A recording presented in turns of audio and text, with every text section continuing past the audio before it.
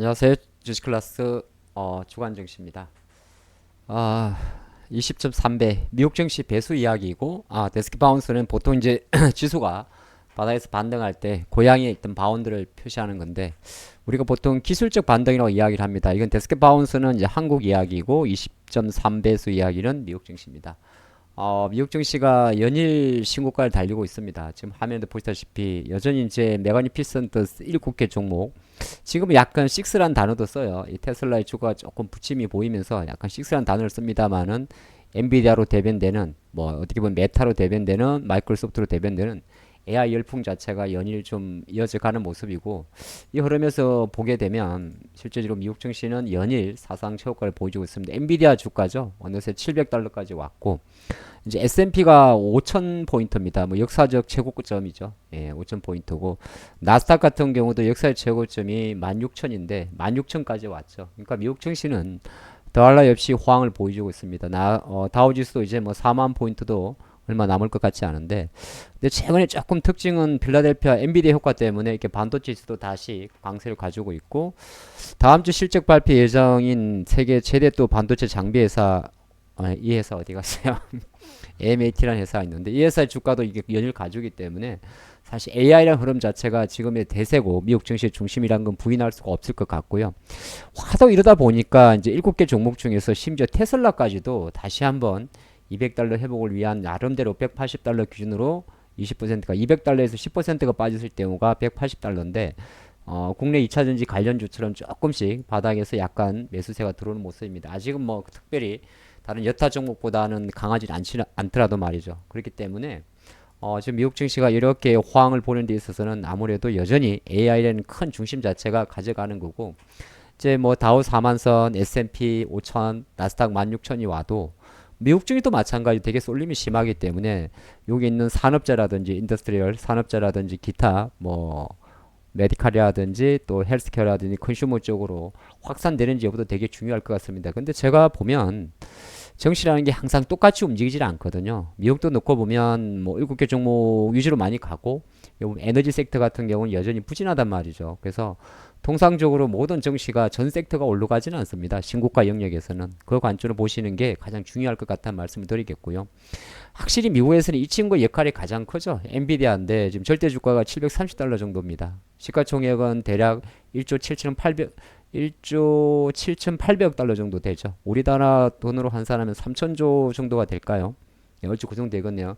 뭐 아마 대한민국 전체 주식 코스피보다 클 것 같습니다. 그만큼 좀 큰 사이즈인데, 이것도 비싸긴 비싸요. 보면 5년 월간 베타가 1.68, 보통 베타는 1 기준인데, 베타가 1.68이란 뭐냐 하면 대표적인 고베타 종목을 말하는 거고, 시장이 1 정도가 움직일 때 이 친구는 1.68의 가속도를 보인다는 이야기입니다. 대표적인 성장주의 바로미터가 베타를 보는 건데, 제가 우연히 한번 봐봤어요. 그리고 이제 수익 P 레이쇼 같은 경우도 95배니까 우리가 보게 되면 엄청나게 비싼 겁니다. 근데 이제 이것도 하나의 시장의 결이기 때문에 지금 52주 위클 레인지를 본다 하더라도 52주면 지금부터 역산이니까 작년 2월 기준으로 200달러에서 700달러니까 뭐 300% 이상 올라왔겠죠. 근데 이것 자체도 하나의 시장이고, 미국이 지금 보게 되면 앞으로 12개월 포워드 PER 같은 경우 20.3배 정도가 나옵니다. 그러니까 미국이 이제 신고가 다우 4만, S&P 5천, 나스닥 16,000에서 바라볼 때 과거 10년 평균이 17.7배, 그리고 최근 5년 기준으로 18.9배. 최근 5년이 조금 높은 이유는 뭐냐 하면 코로나 이후로 2020년 코로나 이후 막대한 자금이 풀리면서 시장에 높은 유동성이 들어왔기 때문이죠. 그렇기 때문에 과거 5년까지 같이 보는데, 확실히 IT 업종만 놓고 보면 미국에서도 28.6배입니다. 그러면 과거 10년보다 높은 거죠. 그러니까 미국 증시도 나름 이렇게 뻥뻥뻥뻥 뭐 버블이다 그럴 수 충분히 있긴 있습니다. 버블이 언제 틀릴지는 알 수는 없죠.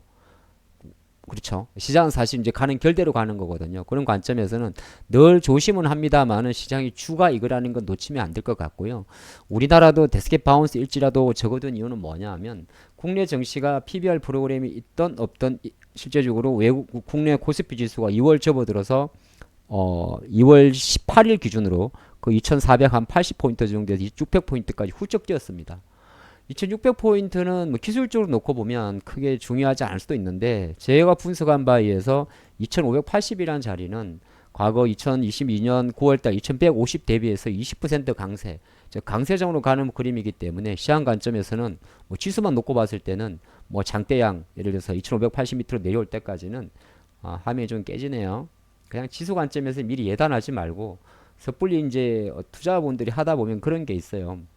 어떤 거냐면 야 많이 올랐기 때문에 내려갈 거야 이렇게 물론 내려갈 수 있긴 있겠죠. 근데 주식이라는 게 항상 버블이 있을 때는 어디가 터지기 전까지는 올라갑니다. 그게 엔비디아가 될 수 있고 어떤 기업 이런 주가가 심각하게 고점 대비 10% 이상 강하게 내려갈 때까지는 이 흐름 자체가 꺾이지 않기 때문에 국내 증시도 일정 부분 데스켓 바운스 일지를 하더라도 시장 같은 경우는 결대로 열어두는 게 나쁘지 않다는 이야기고요.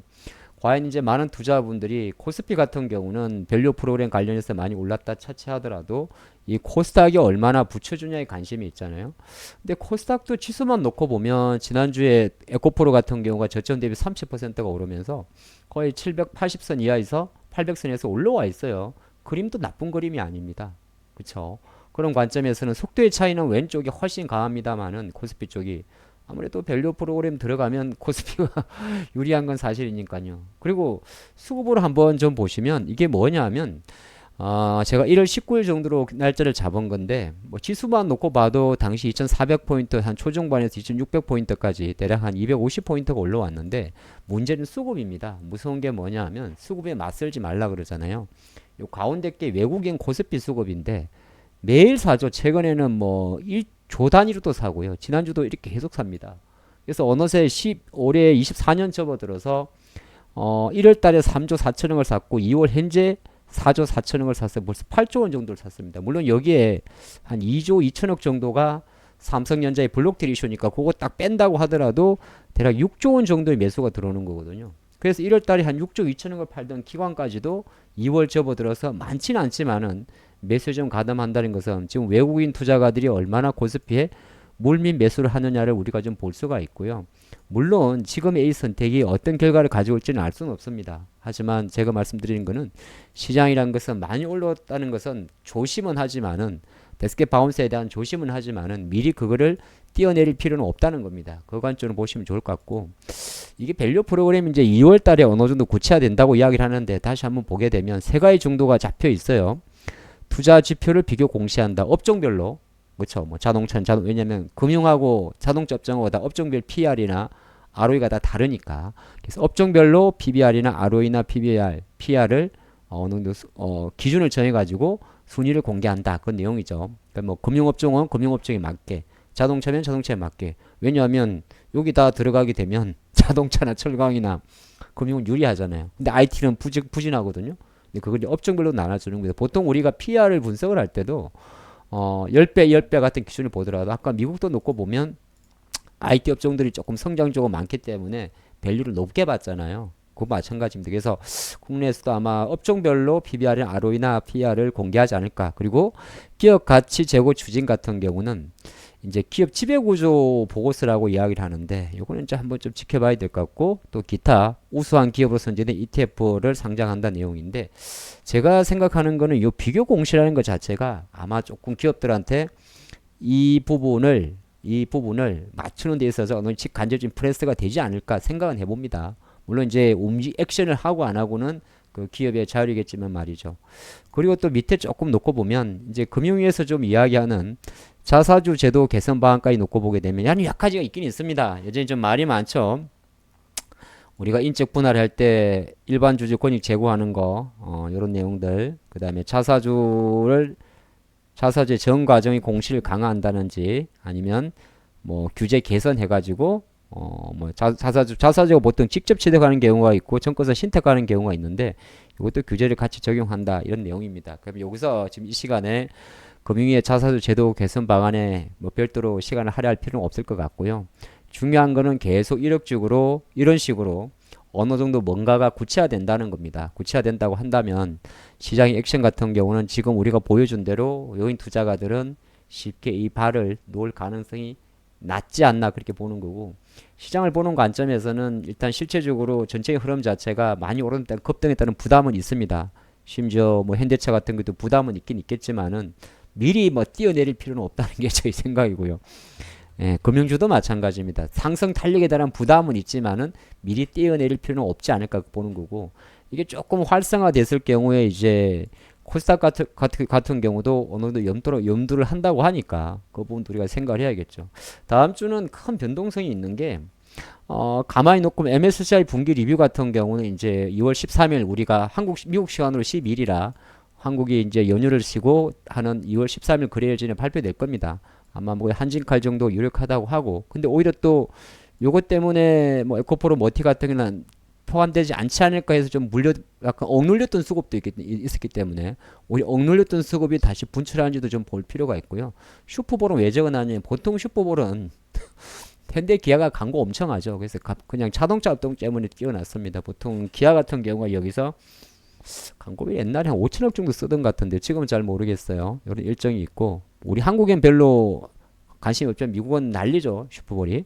그리고 중국은 계속 이번 주 내내 쉰다 보면 좋을 것 같고 이번 주 가장 중요한 미국의 물가인데 소비자 물가 헤드라인은 대략 지난달 3.4로 조금 올라갔다가 조금 내려가는 쪽으로 전망을 하고 있고요. 우리가 말하는 코어 CPI 근원 물가 같은 경우는 다시 3.9에서 3.7로 조금 내려가는 전망입니다. 이거를 이쪽 자리에서 조금 같이 보시다시피 그렇게 많이 떨어질 것 같지는 않아요. 월간 기준으로 놓고 보면 0.4, 0.3. 그 다음에 YOY 기준으로만 3.9에서 3.7로 좀 떨어집니다. 그러니까 우리가 팩트를 많이 줄 정도는 아니에요. 근원 물가 같은 경우도 근원 어디 갔어요? 아 이게 근원입니다. 3.9에서 3.7. 그리고 헤드라인이 한 3.4에서 3.0까지도 보는데 일부에서 2.9까지도 보긴 봐요. 근데 이게 수치가 보면 이렇게 쭉 떨어지다가 최근에 좀 멈춰 있었기 때문에 거의 6개월 이상 3% 조정반이 멈춰 있었기 때문에 크게 영향은 없습니다. 그래서 이번 물가 지표 같은 경우도 뭐 코어 CPI에서 만약에 좀 의미 있게 이렇게 코어 CPI는 계속 떨어지고 있었어요. 지난달에 4444 하다가 3.9로 툭툭 떨어지게 되면은 지금 약간은 미국 증시가 신고가에도 불구하고 채권 금리가 여전히 조금 높은 수준이란 말이죠. 요 흐름 자체가 조금 완화되는지가 중요한데 워낙 장이 강해가지고 미국의 10년물 채권 금리가 지금 4.1% 조금 높은 부분이라든지 동아시장에서 달러 인덱스가 대략 104 정도로 조금 높은 수준은 현재로선 반영이 안 되고 있어요. 하지만 이제 우리가 말할 때 여러분들도 마찬가지고 이렇게 좋긴 좋은데 조금 신경 쓰는 부분이 바로 저 부분이거든요. 근데 어쨌든 이번 주 같은 경우는 물가 지표에 대한 변동성 자체는 기대치가 높지 않습니다. 높지 않은 거고 여전히 아까 잠깐 본 대로 뭐 엔비디아라는 이런 기업들의 공공행진 조금 이틀 연속 심하게 달린 건 없잖아 있긴 있어요. 그리고 엔비디아는 실적 발표 예정일이 2월 21일 날 있습니다. 그러니까 이번 주가 아니고 다음 주에 있기 때문에 다시 한번 그때까지는 아마 그 이후에도 변동이 그리 나쁠 것 같지는 않은데 2월 21일이라는 글자를 좀 기억하고 계시면 좋을 것 같고요. 일정을 조금 더 보다 보면 나머지 똑같습니다. 이번 일주일 동안 또 잘잘하게 기업 실적 발표 안 한 기업들 실적 발표 예정되어 있고요. 중국은 이번 주까지 다행히 금요일까지 쭉 쉽니다.